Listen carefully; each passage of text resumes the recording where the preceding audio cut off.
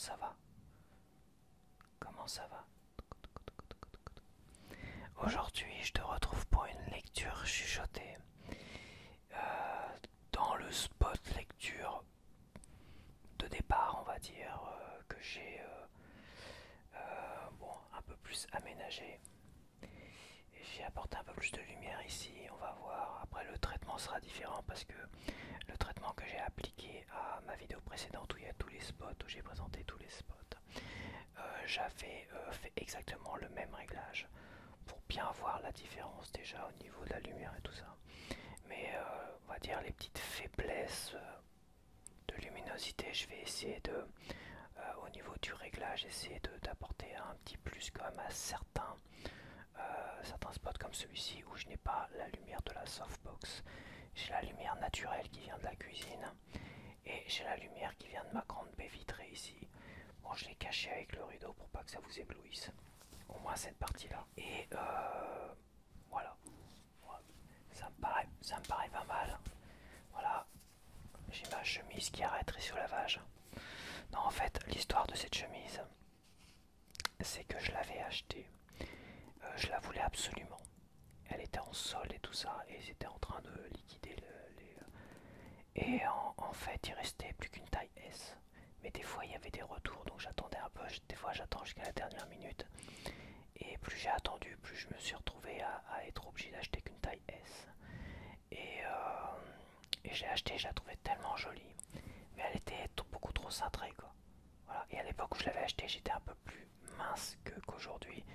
Donc je me suis dit, bon, allez, entrouverte comme ça avec un t-shirt, ça peut le faire. Mais bon, comme aujourd'hui j'ai pris un peu plus de poids, j'ai un peu plus pris en carrure aussi, bah, ça fait vraiment une chemise un peu trop cintrée aujourd'hui.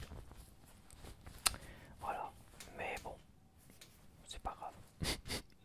C'est pas pour aller faire un défilé dehors, c'est pas pour aller ici chez moi, tranquillou, avec un petit t-shirt, une petite chemise comme ça.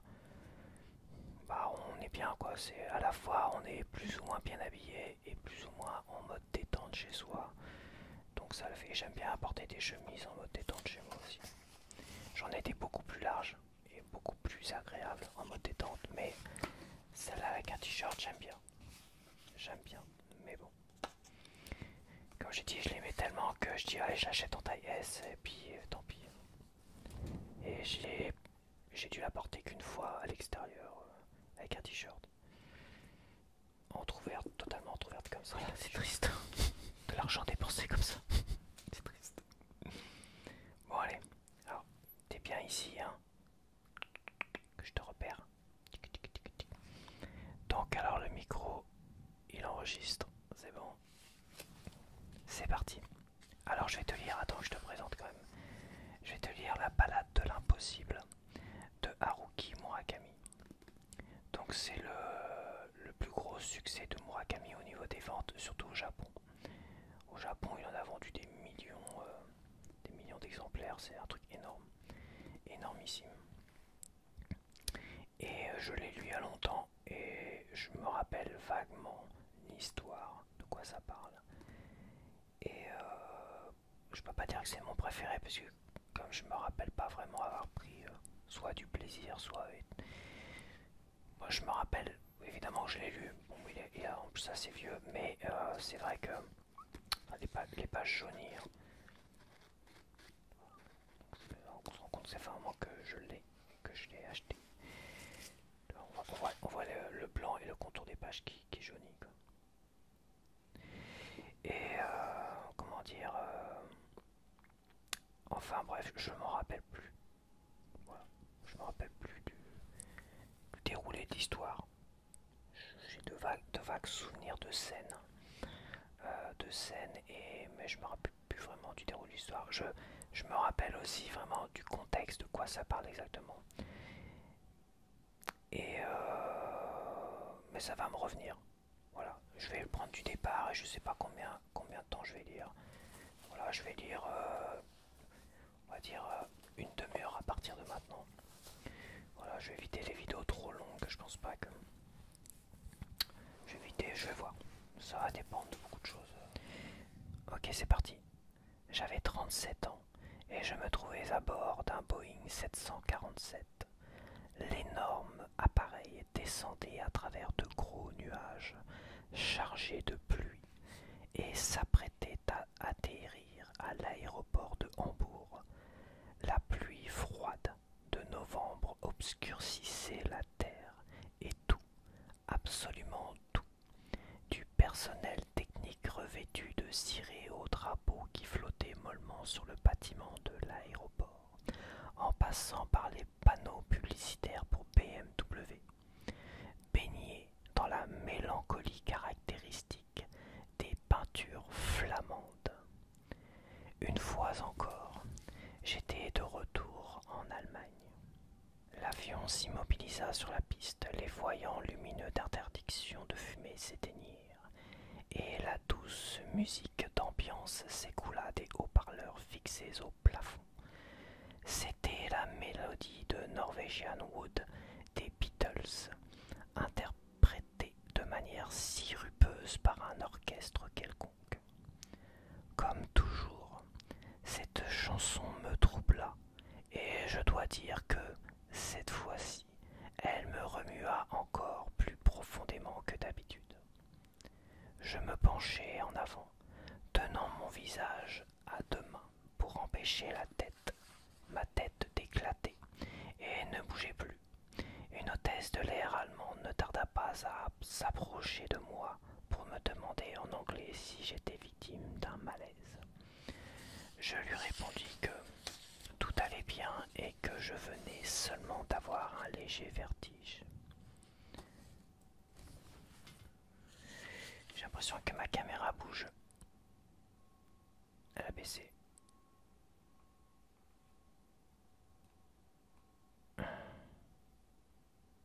C'est possible. Parce qu'on voyait le haut de mes cheveux, on le voit plus, donc ma caméra, c'est le support qui baisse comme ça. Donc je lui répondis que tout allait bien et que je venais seulement d'avoir un léger vertige. Vous en êtes sûr? Oui, je vous remercie, lui répondis-je.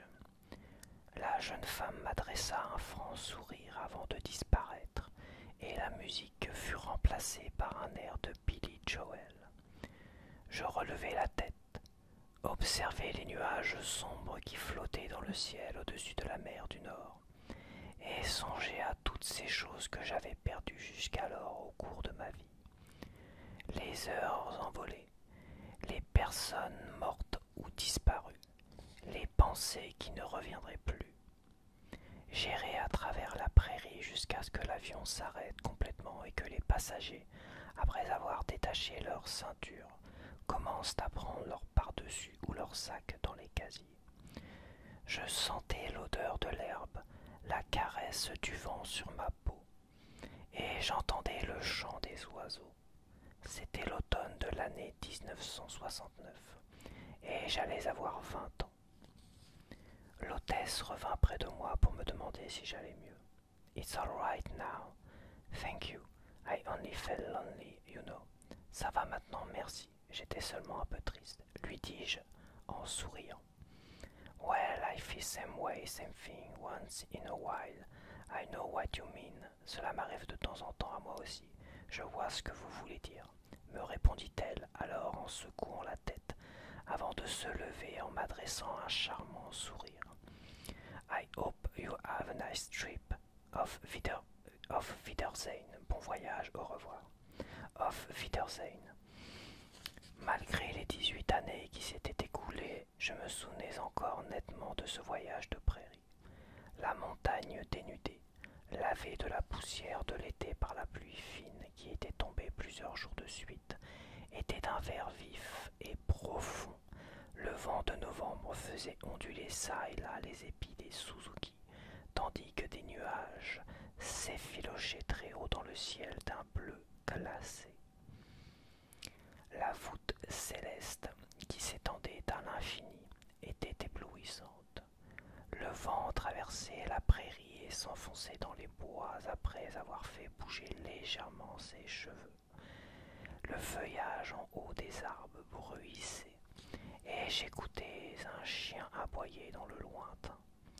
C'était un aboiement voilé, presque inaudible, comme s'il provenait d'un monde différent. Je n'entendais rien d'autre. Aucun bruit ne parvenait jusqu'à moi. Je sais pas pourquoi je le répète. Là, il pèse tout doucement. Bientôt, vous allez voir mes fesses. Attends, je fais un ajustement. Si tu pouvais rester comme ça et ne pas bouger, ça serait pas mal.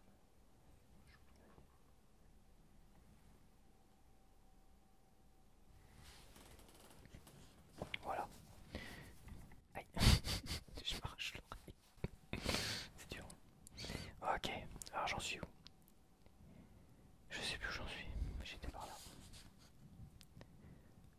C'était un aboiement voilé presque inaudible, comme s'il provenait d'un monde différent. Je n'entendais rien d'autre. Aucun bruit ne parvenait jusqu'à moi. Je ne voyais rien, à l'exception de deux oiseaux rouges qui, effrayés par notre présence, s'envolèrent en direction des bois. Tout en marchant, Naoko me racontait l'histoire du puits. Le souvenir est quelque chose de bien curieux. Je n'avais pratiquement pas prêté attention à ce paysage au moment où je m'étais trouvé réellement dedans.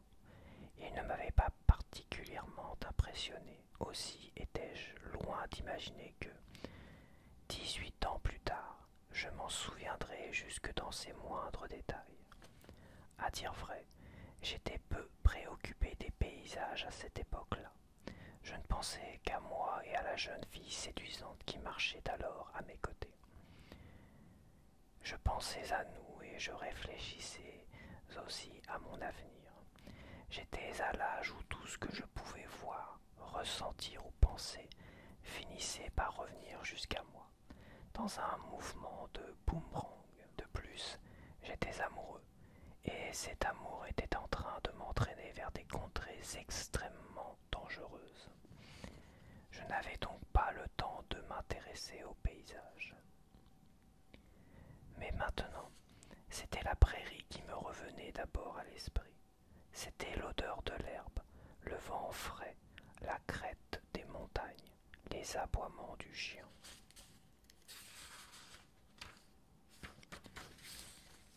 Très nettement, si distinctement même, que j'aurais pu l'esquisser d'un simple geste, mais je ne distinguais aucune silhouette humaine au milieu de ce paysage. Il n'y avait personne. Naoko n'était pas là, moi non plus. Je me demandais où nous étions. Comment était-ce possible? Où étions-nous passés, Naoko, moi et le monde qui nous appartenait, alors que tout cela m'avait semblé sur le moment si important?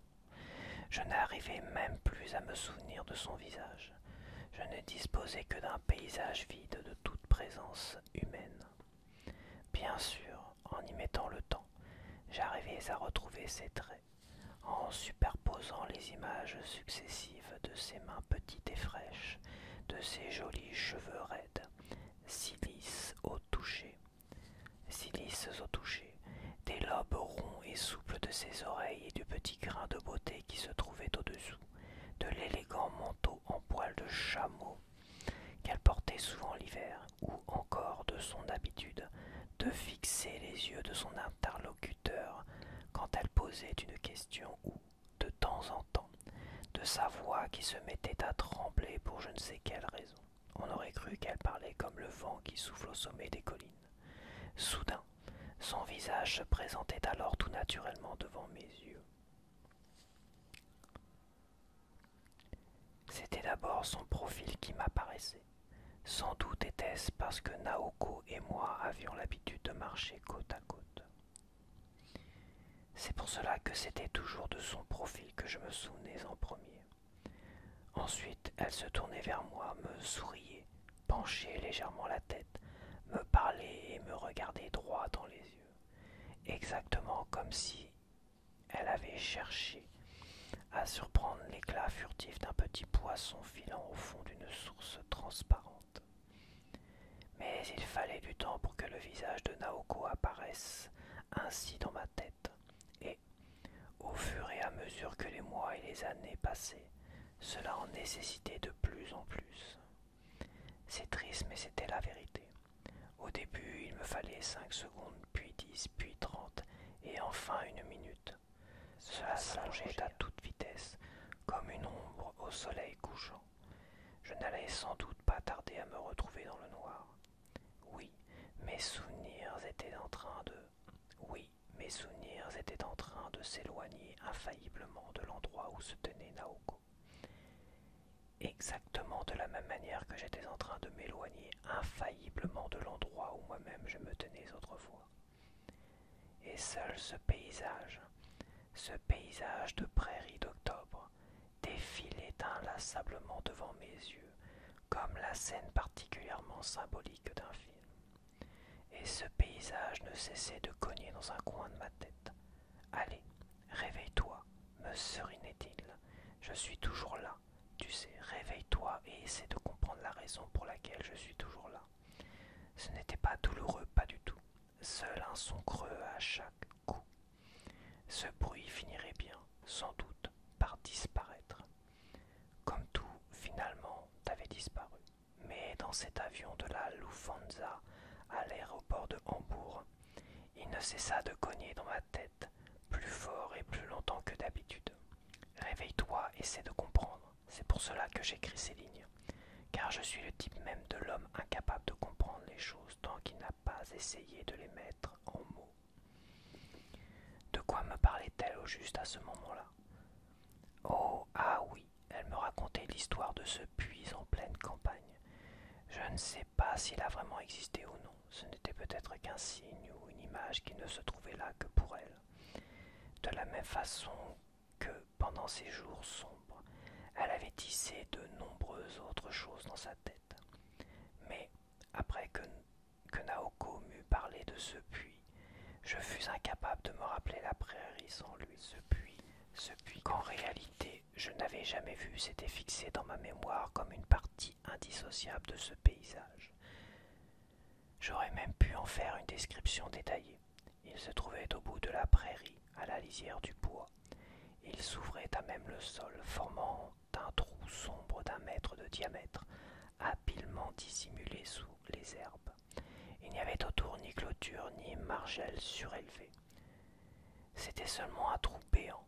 Le rebord de pierre, battu par le vent et la pluie, avait pris une curieuse teinte délavée et fondue par endroits.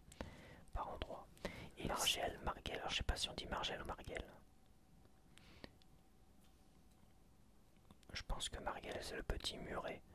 Ça va être le petit muret qu'il y a autour des puits. À vérifier. Bon là je vais pas me lever pour aller chercher le dictionnaire. Donc je reprends. Il n'y avait autour ni clôture ni margelle surélevée. C'était seulement un trou béant. Le rebord de pierre battu par le vent et la pluie avait pris une curieuse teinte délavée et, fendu par endroits, il s'écroulait. J'apercevais des petits lézards verts qui se glissaient entre les pierres. J'avais beau me pencher au-dessus du trou, je ne voyais rien. La seule chose que je sentais, c'était qu'il était terriblement profond, d'une profondeur inimaginable. Et les ténèbres qui régnaient à l'intérieur de ce trou, des ténèbres épaisses, un condensé des différentes sortes d'obscurités existant dans le monde, étaient très denses. Il est profond, vraiment profond, tu sais, m'avait-elle dit lentement en choisissant ses mots. Elle parlait ainsi de temps en temps. Elle parlait avec lenteur, en s'assurant qu'elle avait bien choisi le mot exact. Il est vraiment profond, mais personne ne sait où il se trouve. La seule chose dont on soit sûr, c'est qu'il est quelque part par là. Les 2 mains enfoncées dans les poches de sa veste de tweed, elle m'avait ensuite regardé avec un sourire épanoui, vraiment très beau. Mais alors c'est terriblement dangereux, lui dis-je. Il existe un puits profond quelque part, mais personne ne sait où il se trouve. C'est bien ça. Dans ce cas, il n'y a rien à faire si on tombe dedans. Non, rien. On tombe et puis c'est tout. Cela n'arrive jamais. Si de temps en temps, une fois tous les 2 ou 3 ans, quelqu'un disparaît soudain et reste introuvable malgré les recherches, alors les gens d'ici disent qu'il est tombé dans le puits. Ce n'est pas une façon de mourir très agréable. C'est une mort abominable. Elle balaya d'un geste de la main une herbe qui s'était accrochée à sa veste. Si on meurt tout de suite, le cou brisé, ça va, mais imagine qu'en sortir avec une cheville foulée, c'est épouvantable. On crie de toutes ses forces, mais personne n'entend. On n'a aucun espoir d'être retrouvé. Il fait noir et humide. Ça grouille d'araignées et de mille pattes, et le sol est jonché d'ossements humains ayant appartenu à ceux qui sont déjà morts au même endroit. Et puis en haut, tout en haut, se découpe un petit cercle lumineux, comme la lune en plein hiver. C'est là qu'on va mourir tout seul, à petit feu. Mes cheveux s'hérissent rien que d'y penser. Quelqu'un devrait le trouver et le clôturer. Mais puisque je te dis qu'il est introuvable, c'est pour cela qu'il ne faut pas s'écarter du chemin. Je ne m'en écarte pas. Naoko sortit sa main gauche de sa poche pour me prendre la main. Mais pour toi, ce n'est pas pareil. Tu n'as rien à craindre. Tu peux toujours te promener dans le coin en pleine nuit et à l'aveuglette. Tu ne tomberas jamais dans ce puits, et je ne risque rien tant que je serai à tes côtés. Vraiment, vraiment. Comment peux-tu le savoir? Je le sais, c'est tout. Elle tenait fermement ma main. Nous continuâmes à marcher un moment en silence. Je comprends tout au contact des mains. Cela n'a rien à voir avec la raison, je le sens, c'est tout. Par exemple, quand je suis près de toi, comme en ce moment, je n'ai peur de rien. Rien de mauvais ni de sombre ne peut m'arriver. Alors c'est tout simple. Nous n'avons qu'à rester toujours ainsi. Tu le penses vraiment? Bien sûr. Naoko s'arrêta. J'en fis autant. Face à moi, elle posa ses deux mains sur mes épaules et me regarda droit dans les yeux. Un liquide épais et noir traçait de curieux méandres tout au fond de ses pupilles. Ses yeux magnifiques me sondèrent un long moment, puis elle s'étira et effleura légèrement ma joue de la sienne. Ce fut un geste épatant et chaleureux qui m'alla droit au cœur. Merci, me dit-elle. Je t'en prie. Je suis très heureuse que tu veuilles bien me dire cela. C'est vrai, tu sais, continua-t-elle en souriant d'un air ravi. Mais ce n'est pas possible. Pourquoi? Parce que c'est trop dur, vois-tu. Elle se tut soudain et se remit à marcher, comme je savais qu'elle était en train de remuer toutes sortes de souvenirs dans sa tête. Je me contentai de marcher en silence à côté d'elle, sans intervenir. Je crois que je ne serai pas correcte pour toi comme pour moi, reprit-elle, assez longtemps après. En quoi ce ne serait pas correct? Essayai-je de savoir d'une voix tranquille.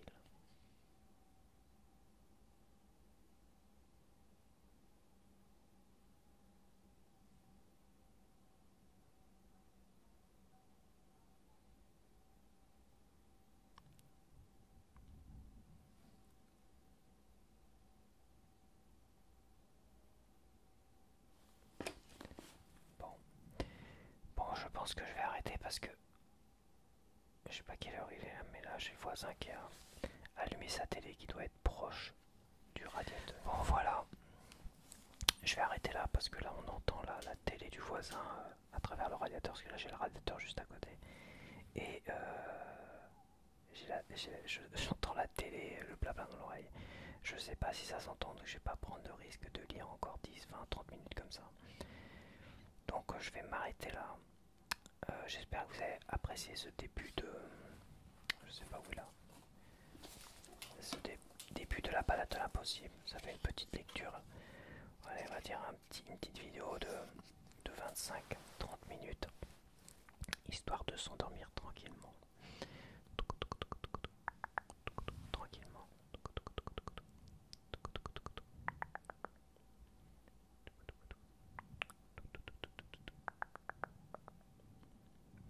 Voilà, voilà, voilà. Donc je te retrouve dans une prochaine vidéo. Je ferai peut-être... Avant je disais que... Avant, il y a quelques mois je disais que j'allais faire plus de très très longues vidéos et en proposer moins. Aujourd'hui je me fixe aucun objectif, je reste le plus souple possible. Quand c'est des petites vidéos comme ça, bah, je les proposerai rapidement, tu vois. Après, c'est vrai que les bavardages, j'ai tendance à beaucoup développer et à parler pendant longtemps, donc ça sera peut-être sûrement sur des grosses vidéos. Pour les autres, je ferai des petites vidéos minimum une vingtaine de minutes parce que moi des vidéos de moins de 20 minutes j'ai du mal à comprendre. Comment ça, comment tu peux t'endormir parce que mon but c'est que ça reste quand même de m'endormir. Regarde hier soir, je vais voir là où je suis abonné toutes les chaînes d'ASMR, je veux m'endormir devant les vidéos, j'en vois deux, je vois 14, 13 minutes. 14-13 minutes. Il devait y avoir 3-4 vidéos à 14-13 minutes. Mais non. Je vois pas comment je peux m'endormir en 14-13 minutes. Tu vois, c'est ça le truc déjà, si, en espérant qu'il n'y ait pas de pub au bout de 13 minutes. Parce que à peine tu fermes les yeux et boum, tu sursautes avec la pub, tu vois. Généralement, une bonne vidéo de faut au moins qu'il y ait 20, 23, 25 minutes, jusqu'à 30 minutes, tu vois. Des vidéos entre 25 et 30 minutes, pour moi, c'est parfait. Après, c'est vrai que les vidéos trop longues, j'y vais pas non plus. Parce que si tu t'endors trop profondément et qu'il y a une pub qui te fait sursauter au bout d'une heure, je peux dire que là, c'est violent. Donc, 30 minutes, c'est pas mal. S'il y a la pub qui commence à... Hop, tout de suite, t'as le réflexe encore d'éteindre. Terminé. Mais déjà, t'es parti dans le sommeil. Donc, ouais, les vidéos 25-30 minutes, c'est pas mal. Donc, j'en proposerai comme celle-là. Celle-là fera pas plus de 30 minutes en tout cas. Et puis, c'est tout. Voilou. Et les bavardages, bah, ça sera peut-être plus long. Mais comme sur ma chaîne, il n'y a pas de publicité, logiquement. Moi, pour le moment. Après, on sait pas parce que YouTube évolue, toujours pire, évolue toujours dans le pire, au niveau publicité, au niveau intrusivité. Je sais pas pour vous, mais moi les pubs qui me dérangent, ça me donne pas envie d'acheter. Les publicités, c'est censé vous faire acheter, vous amener à vous intéresser à quelque chose, à un produit ou à quelqu'un ou quelque chose.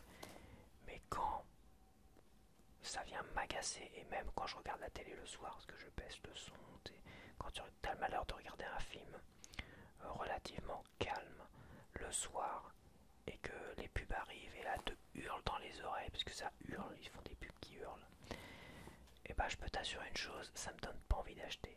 Ça fait tout l'effet inverse. J'exècre limite le produit en question. Je suis là, quelle horreur. C'est quelque chose qui me révulse à un point que j'en viens à détester le produit qu'ils sont censés nous vendre. J'espère que tu as apprécié ce petit balade de l'impossible. Le micro est là. Quoi qu'il y a un micro là aussi. Mais je vais l'éteindre ce micro là, donc ça sert à rien.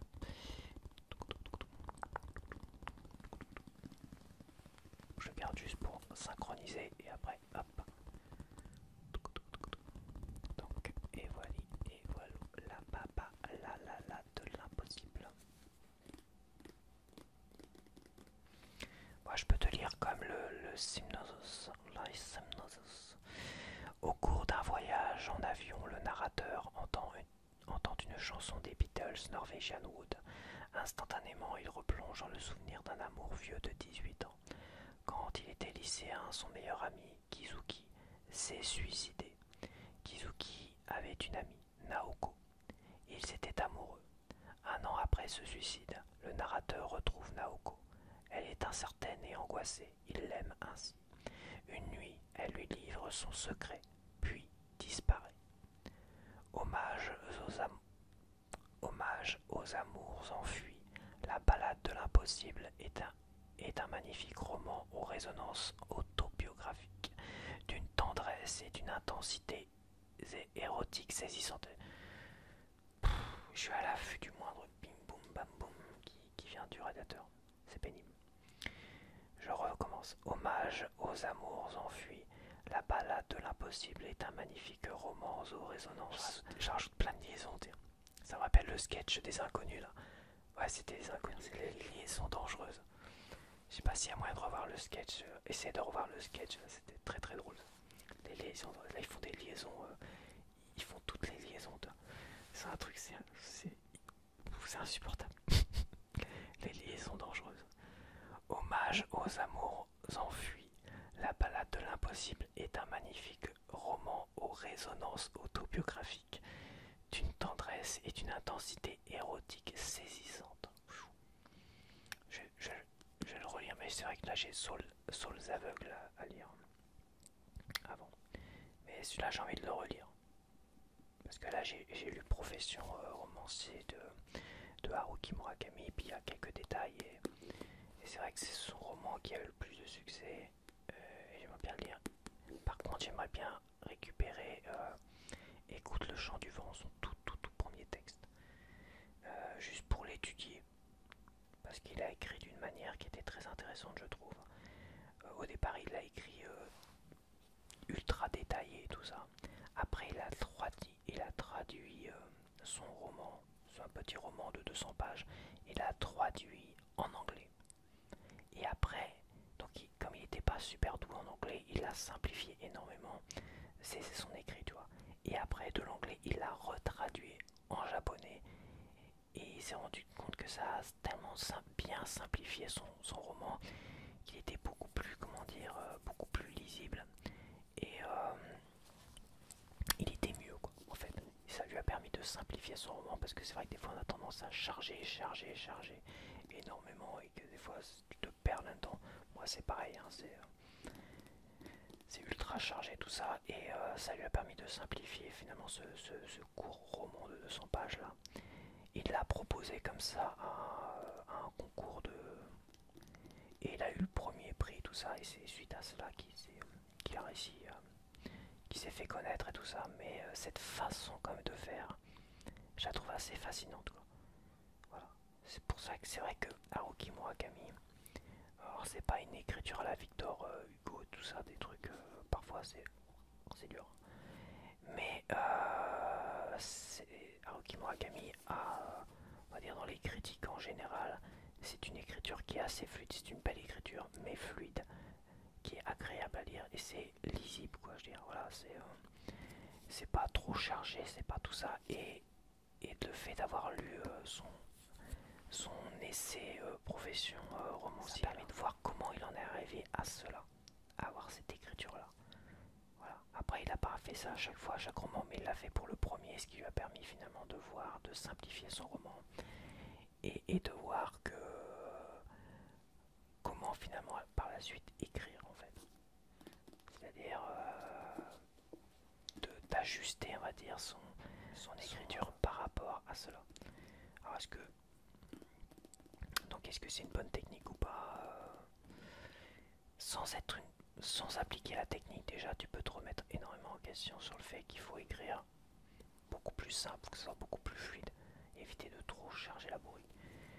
Et qu'il faut que je traduise en anglais pour après l'adapter en français. Mes écrits, je pense pas, parce que je pense qu'en anglais j'ai quand même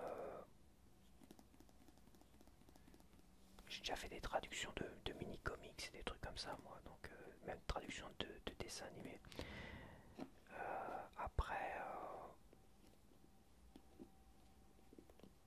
Après, je pense pas que je ferai comme ça. Je pense que dès le départ, je pense que je réécrirai plutôt ce que j'ai écrit et en simplifiant. Voilà, en rendant toujours de plus en plus fluide. Et éviter de rajouter peut-être trop de détails, tout ça.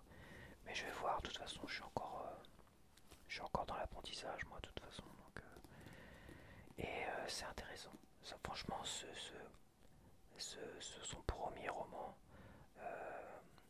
Écoute le chant du vent, c'est pas mal.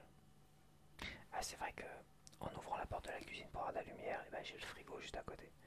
Et là, il vient de s'allumer. Il m'a quand même laissé tranquille pendant presque 40 minutes là. Quand je vois le... Je vais m'arrêter de suite et je vais te laisser et te dire à la prochaine. À la prochaine vidéo.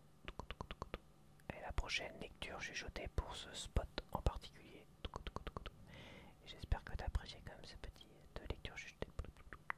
Allez, bye bye.